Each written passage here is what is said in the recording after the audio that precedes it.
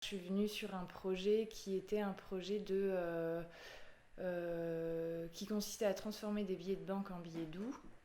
Et donc, qui consistait en gros pour moi à prendre la moitié de la somme de la résidence de poésie pour, sur chaque billet, taper un poème à la machine à écrire, ce qui est mon outil de travail principal, et redistribuer ces billets-là aux gens que je croise ou aux gens qui viennent à la factory.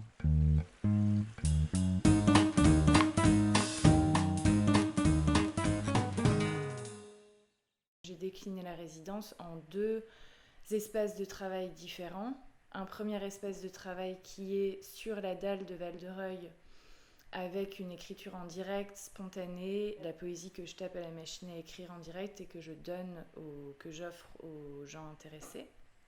Et le deuxième espace de travail, c'est la Villa Salimara, dans laquelle du coup j'ai écrit aussi différentes choses, des petits carrés, des petits livres, des rouleaux, etc. Ce qui a de particulier à la poésie, à mon avis, c'est quand même effectivement que ça offre une liberté de travail sur la langue qui me semble de toute façon essentielle. Et par ailleurs, c'est aussi simplement le plaisir des sons, le plaisir des mots, le plaisir d'un jeu particulier. Que ce soit Henri Michaud, Jacques Prévert, et des chanteurs comme Brel, comme Brassens, qui, oui, clairement, ont fait qu'il y a une joie de la langue et de la langue qui dit quelque chose, qui console, qui lutte, qui dénonce. Ce qui m'inspire le plus, c'est l'ordinaire. C'est la vie quotidienne, c'est à la fois le simple et le complexe sociopolitique. Ça va être les beautés fugaces de nos environnements, mais aussi voilà, tout ce qui nous traverse au quotidien. Dans ma pratique, je fais le choix de parler de choses qui nous permettent de mieux vivre. Effectivement, l'idée de transformer les billets de banque en billets doux, c'est une idée que je trouve à la fois très simple au sens où n'importe qui peut prendre son crayon et écrire des poèmes sur les bouts de papier qui traînent dans nos poches.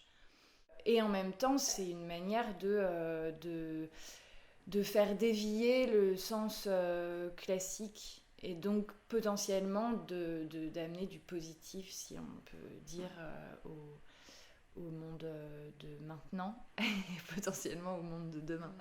Je pense que la pratique de la poésie, elle est majoritairement liée, voire consubstantiellement liée à l'édition de livres et de recueils de poésie. Et je ne suis pas du tout contre l'existence des livres, évidemment, ça me nourrit, ça m'a nourri, ça me sauve, ça m'a sauvé. Maintenant, je pense qu'il y a des pratiques de la poésie qui ne sont pas livresques ou éditoriales en ce sens-là.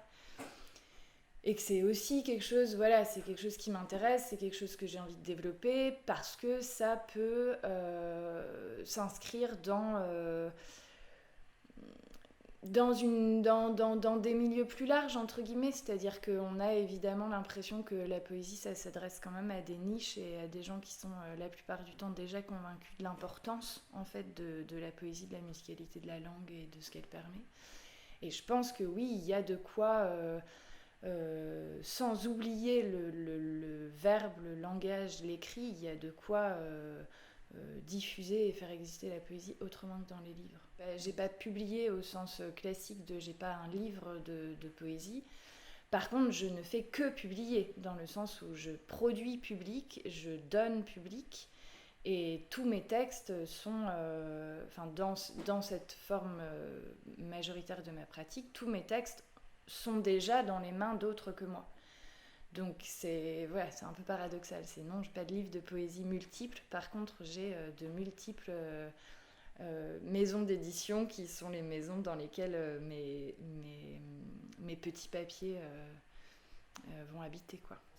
Val-de-Reuil, c'est val de bitume, t'es là, tu ressens du doux amer, des pas perdus pour l'amertume et quand même de la douceur dans l'air. Val-de-Reuil, c'est l'heure qui est cachée là-bas derrière les feuilles des arbres, derrière les tours, les heures brisées. Ici, y a pas d'or, y a pas de marbre. Ou bien y a de l'or dans les pupilles, des cœurs plus endurants que les pierres, et qu'un ailleurs toujours titille, Val-de-Reuil, c'est la terre entière.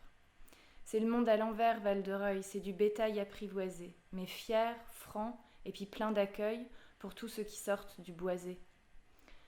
Allez, vas-y au vallon sec, va grignoter ton snack et quick, c'est du pain de chou et tu sais quoi mec, profite avant que c'est toi qu'on pique. Marion, Val-de-Reuil, 23 septembre 2020.